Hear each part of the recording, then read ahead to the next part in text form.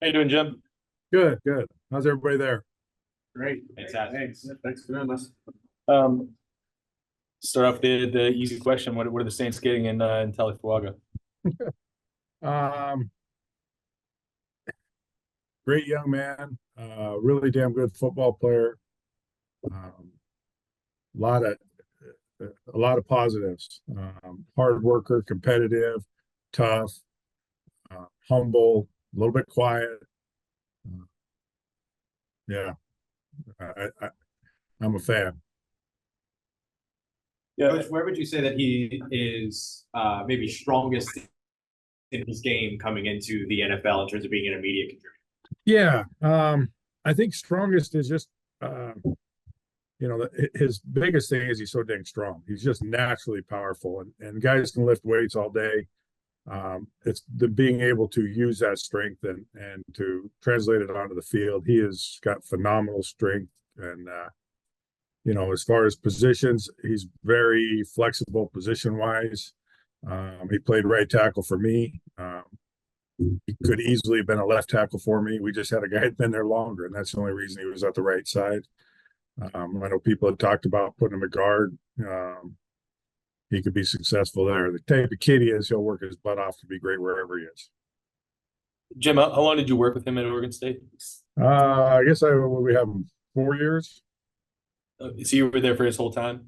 Yeah, recruited him and he got stuck with me for 4 years. Uh, just out of curiosity, what did you like? How did you see him just approach the development side of things and kind of like the commitment to getting to the stage where he's going to be a 14th overall pick? Yeah, the maturity. I've coached a long time, and there's very few guys. He's kind of in that elite group. The maturity to practice every day in a way that's going to translate to the game. A lot of guys go through practice and they don't have the focus. They don't have the determination, the drive to understand that this rep is the most important rep to get ready for the game. He was phenomenal this year. He really stepped up and became a leader on our team. He's a quiet guy, which you guys will get to know soon. But he's very sharp, very smart. Get him talking. He's got a great personality, and you get a laugh out of him. It's pretty cool. You know, Dennis described him last night as kind of like the Dennis Allen, the Saints head coach, described him as kind of like having a culture building type of personality, and that was evident to them, just in their brief meetings with him. What does that mean to you when you hear that sort of thing? Well, I think it's right on. I think his talent is way up there, but it's more than that. It's his work ethic. It's the maturity. The guys on the team, like I say, he's a little quiet, but the guys on the team like him and respect him. I think he's that guy that people kind of follow without saying a lot. One of the stories when I recruited him and on high school, I went to his high school to find out more about him. And one of the stories they told me was that after school, before practice, all the kids would be hanging out in the quad and they'd all be joking around. And all of a sudden, Tolly would just start walking towards the football field and everybody would follow. He wouldn't say a word. He just kind of has that leadership abilities. One of the things he told us was that he really tried to focus on becoming more of a nasty player over his time. Just how did you kind of see that side of him develop? Oh, I think I think he understands that, he has those physical tools, but then developing the technique and then being able to play fast. And the biggest transition from high school to college and from college to the NFL is the speed of the game. And so everything he did, that's what I was kind of alluding to earlier, every rep he does, he's doing it at game tempo. He's doing it, to go and to be physical and to be a violent player. And so it's pretty, watching him, when scouts came around and there's not, you couldn't say any bad things. It's just, hey, watch him practice, watch the maturity, watch those things. And I know he really impressed people through the interview process for the draft of his football knowledge and how he studies players and all those things. So it's top notch. Coach, he played defensive line in high school too. It was always offensive line for him, first For time? us, Was there any consideration? I want to say we might have thrown him in there once or something on a goal line deal, or he was on rushing field goals, trying to block field goals. But no, I wasn't gonna let him. We weren't gonna let him go on defense. He needed to stay right where he was.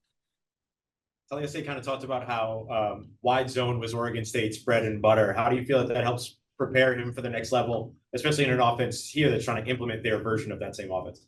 Yeah, and I think it's you know, as you look at the NFL, it's expanding and growing every year in the league. Um, you know, I think his transition from our type of program will be much easier than if it was from you know, uh, maybe another college program. Um, you know, he understands the concepts. There obviously is tweaks and it's at a higher level, but I think that part of it's going to fit well. And I think that's what helped him is he could show on film how he can play and how he fits, and he's doing those blocks. The scouts, the coaches, the personnel people didn't have to, you know, well, we think he can do this. You know, they could actually see him doing it well.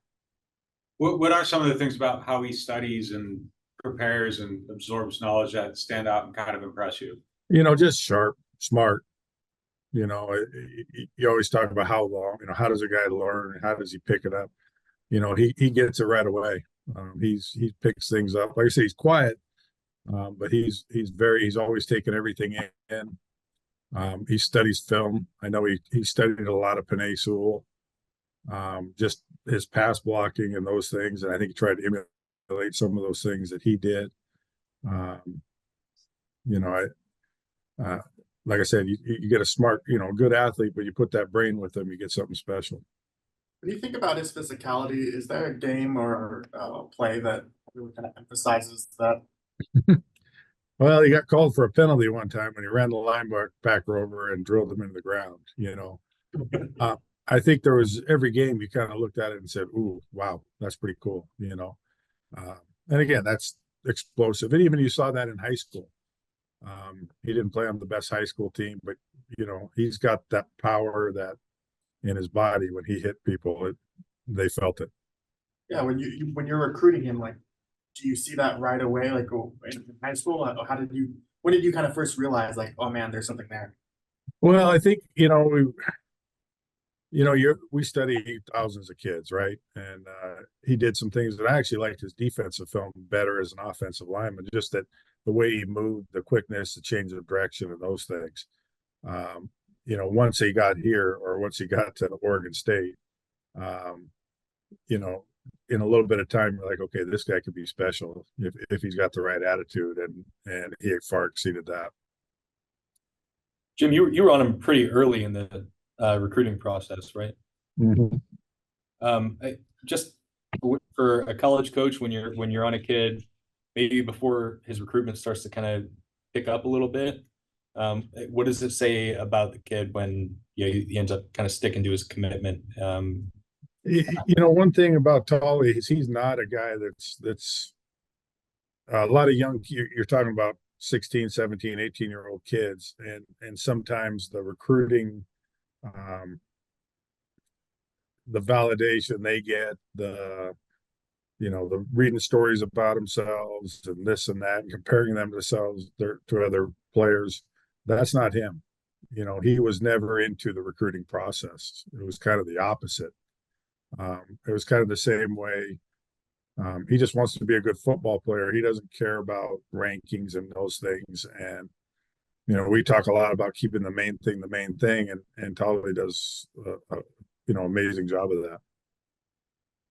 Coach, what were you doing when you found out about the news about him going first round, and have you talked to him since? I haven't talked to him since yet. I imagine you guys are keeping him a little bit busy. We'll talk when it slows down. We talked a lot. You know, he's probably a little sick of me too. But we'll talk here sometime soon. And we were watching. I was over at our offensive coordinator. We were sitting there watching the draft a little bit later over here than we were used to. You know, and I was just happy to see him go. You know,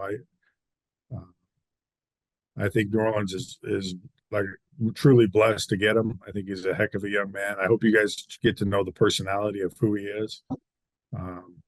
Again, he's a little bit quiet, but he'll open up over time. He said he was watching yesterday with like 100 family members. Have you, what are your impressions of his family and specifically, I guess, his brothers too, maybe playing an influence there, if you saw that at all? I think wonderful people.